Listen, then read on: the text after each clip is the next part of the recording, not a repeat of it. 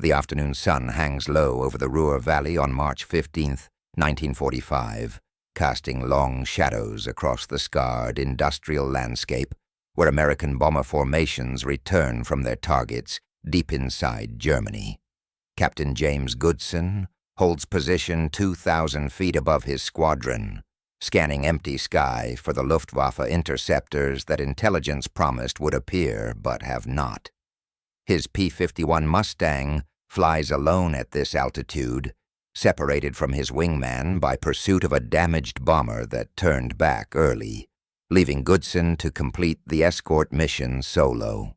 Other squadron leaders fly as parts of coordinated elements, maintaining mutual support, adhering to doctrine that emphasizes never flying alone, where superior numbers can overwhelm isolated fighters.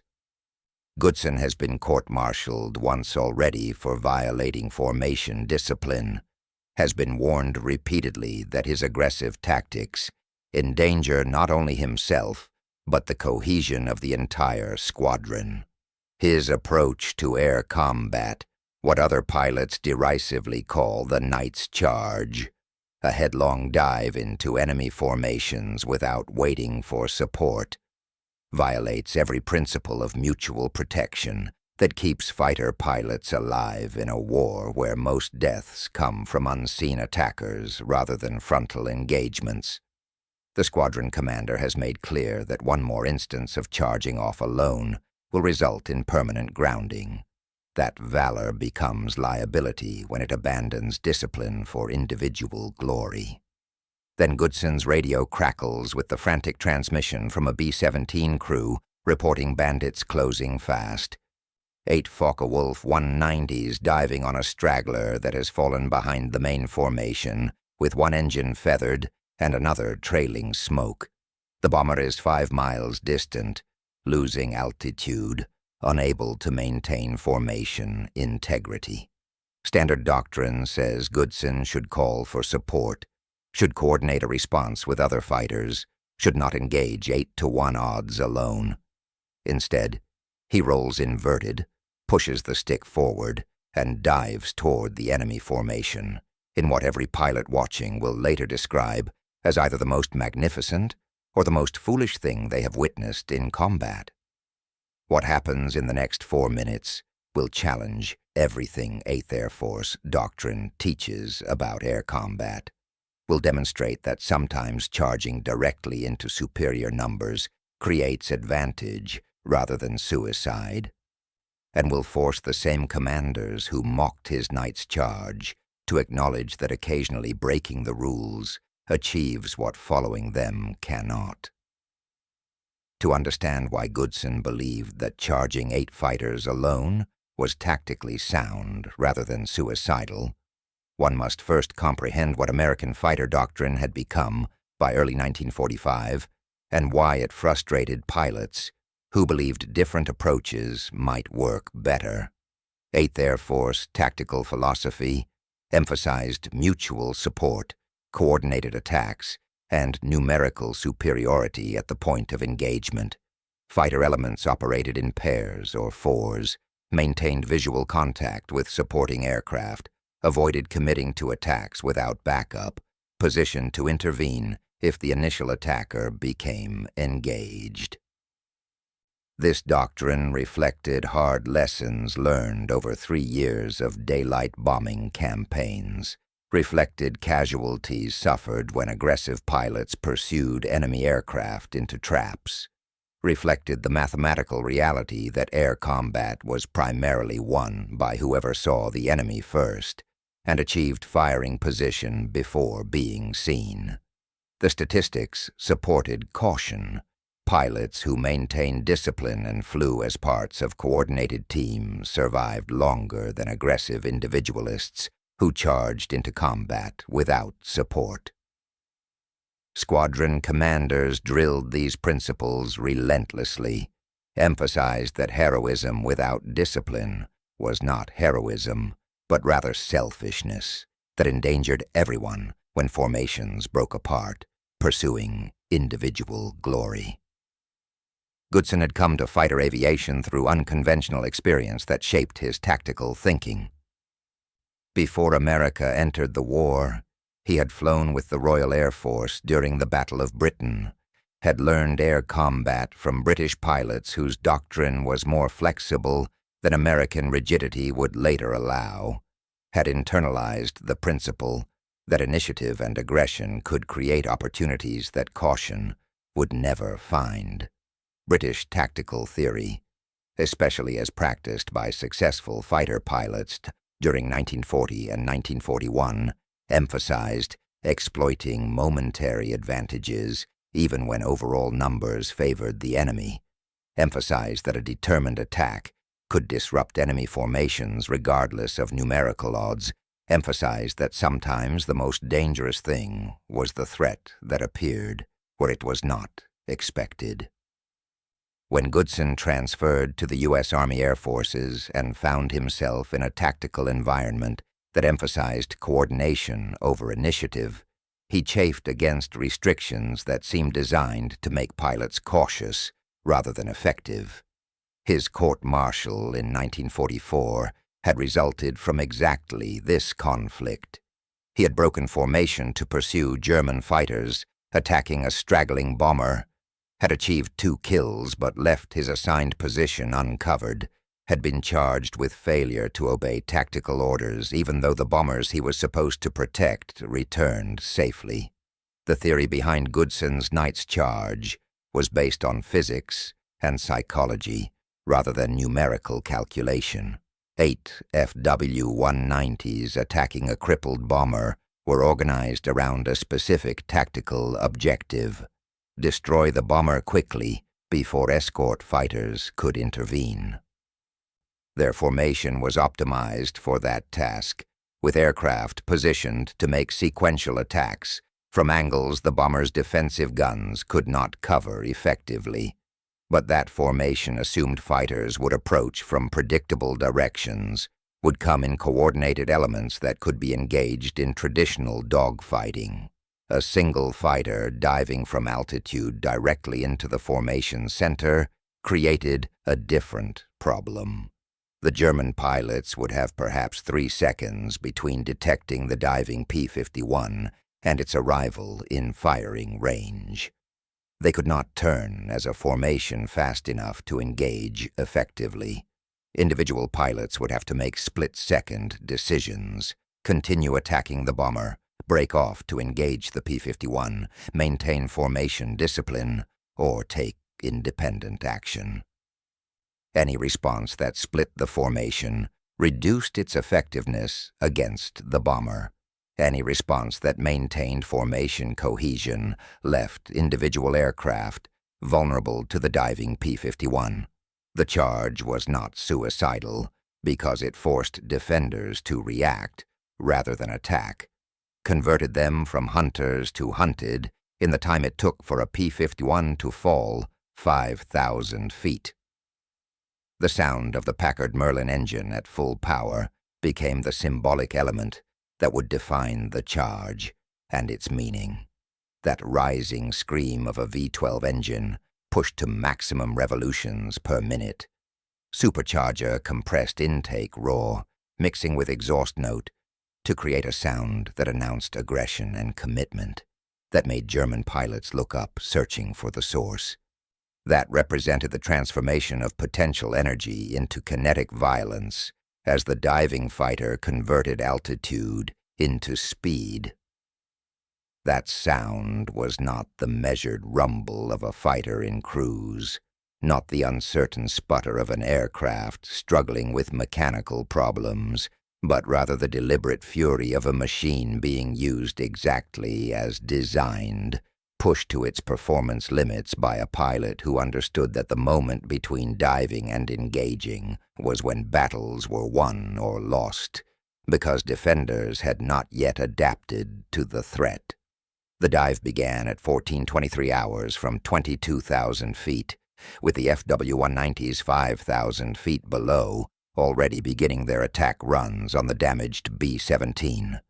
Goodson rolled inverted, pulled through until the nose pointed straight down, advanced the throttle to maximum continuous power, and felt the Mustang accelerate through the thin air at altitude, building speed that would become overwhelming at lower altitudes, where air density made the aircraft harder to control. The altimeter unwound rapidly, 20,000, 18,000, 16,000, while airspeed climbed through 300 miles per hour, 350, 400. At 420 miles per hour and 13,000 feet, Goodson was above the maximum dive speed the P-51's manual specified as safe. But the airframe was tolerating the loads, the controls were still responsive, and the FW-190s were enlarging in his gun sight as distance closed with terrible speed. The German pilots saw him at approximately 5 seconds before he opened fire, close enough that his aircraft was unmistakable as a threat, but too close for coordinated response. The formation scattered immediately, individual pilots braking in different directions based on training and instinct rather than coordinated plan. 2 FW-190s rolled right, attempting to dive away. 3 broke left, trying to turn into the attack to present deflection shots. 1 pilot pulled up hard, perhaps attempting to climb above the diving P-51. 2 pilots, either slower to react or frozen by surprise, continued their attack runs on the bomber for precious seconds before recognizing their vulnerability. Goodson selected the nearest target, an FW-190 that had pulled up and was climbing directly into his line of fire, and pressed the trigger.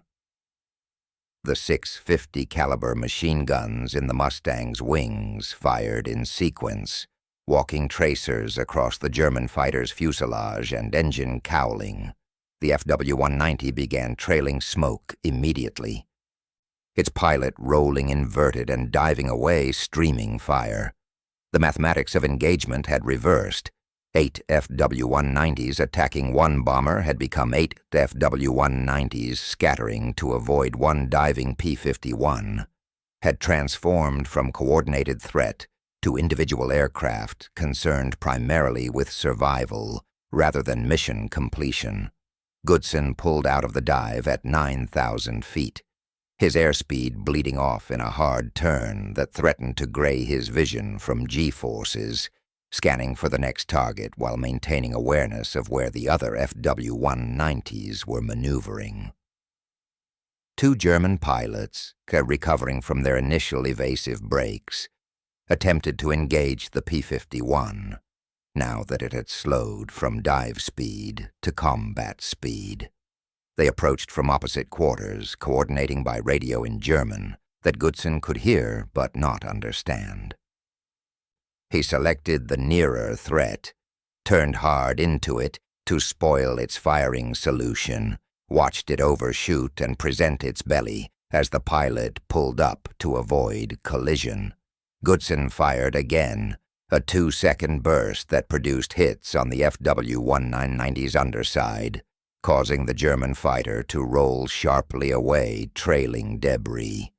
The transformation visible in how the engagement unfolded was not that Goodson was defeating superior numbers through superior skill.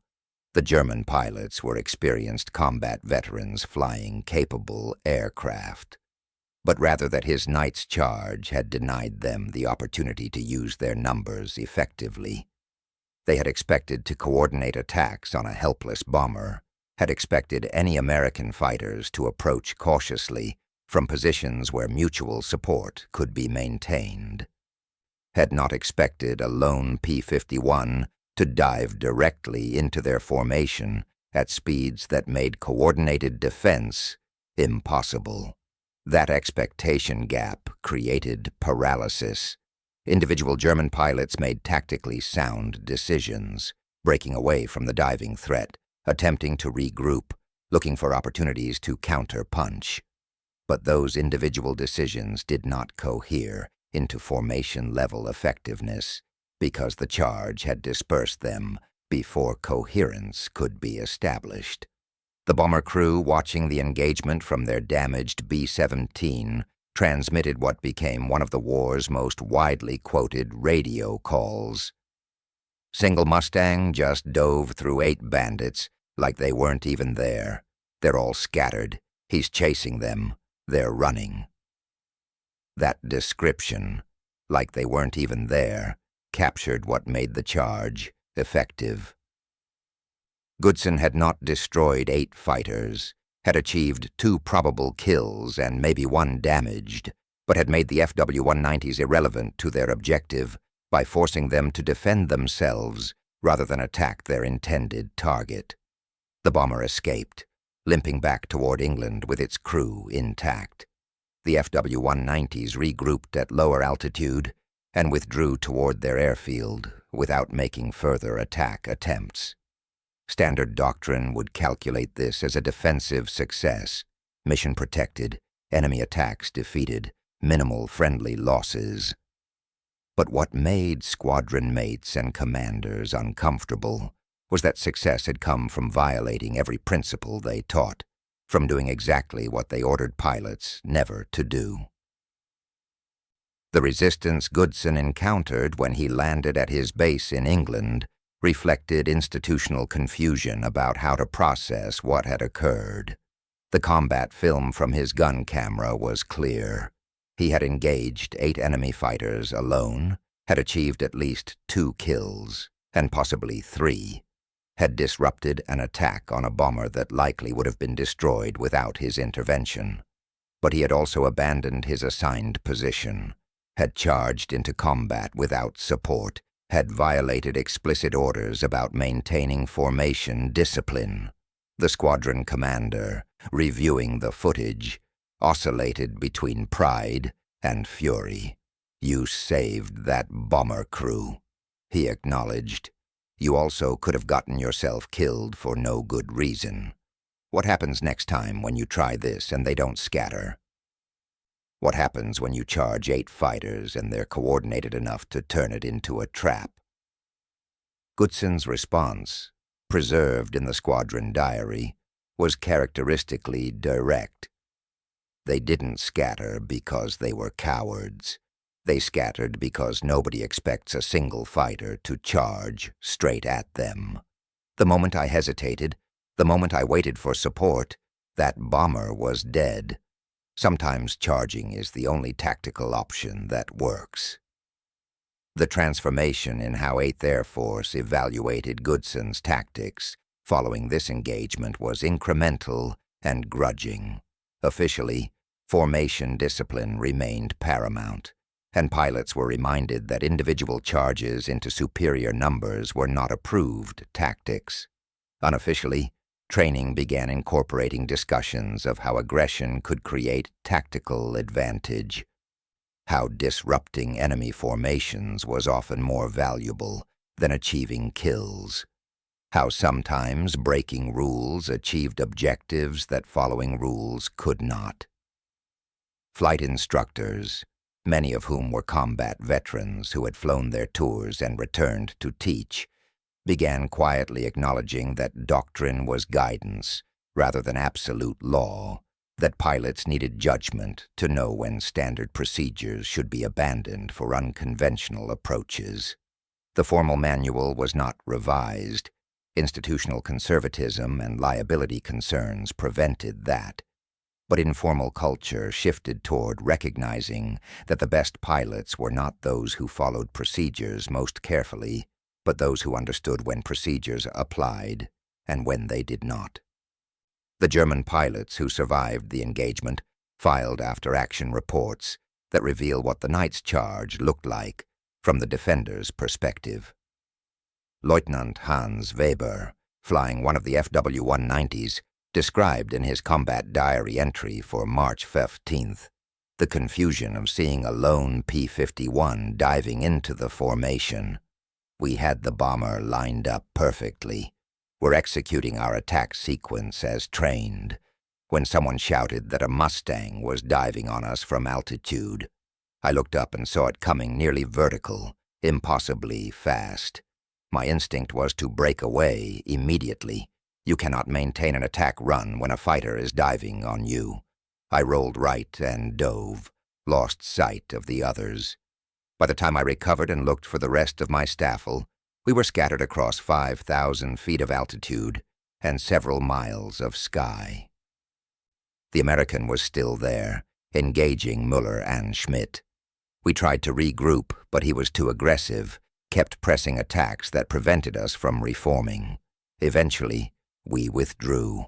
Our mission had failed, not because we were defeated, but because we could never get organized enough to complete it. The 6 additional combat victories Goodson achieved in the remaining weeks of the war were all accomplished through similar charges, aggressive dives into enemy formations, using surprise and speed to disrupt coordination, accepting odds that doctrine said were unacceptable. His final tally of 37 confirmed kills made him one of the war's most successful fighter pilots, but what made his record significant was not the numbers, but the method.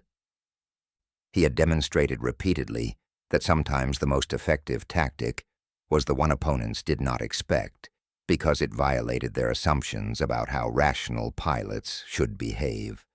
That charging into superior numbers could be tactically sound, rather than suicidal, if executed with sufficient speed and violence to prevent coordinated response. That breaking formation discipline could achieve mission objectives that maintaining discipline could not. And so, we returned to that afternoon over the Ruhr Valley, to Captain Goodson at 22,000 feet, watching 8 FW-190s diving on a crippled bomber, to the moment when doctrine says call for support and wait for coordinated response, but instinct says the bomber will be dead before support arrives. The sound that follows, that rising scream of the Packard Merlin at full power as the P-51 begins its vertical dive, is not the sound of recklessness or individual glory-seeking or abandonment of discipline. It is the sound of calculated aggression, of understanding that sometimes the most dangerous threat is the one that appears where it should not, that does what it should not, that charges when it should retreat, because charging is the only action that might succeed. The 8 German pilots scattering before that charge are not cowards or inferior aviators, but rather rational professionals confronted with irrational aggression, with a threat that violates their assumptions about how escort fighters operate, with a lone attacker where doctrine says a coordinated element should appear.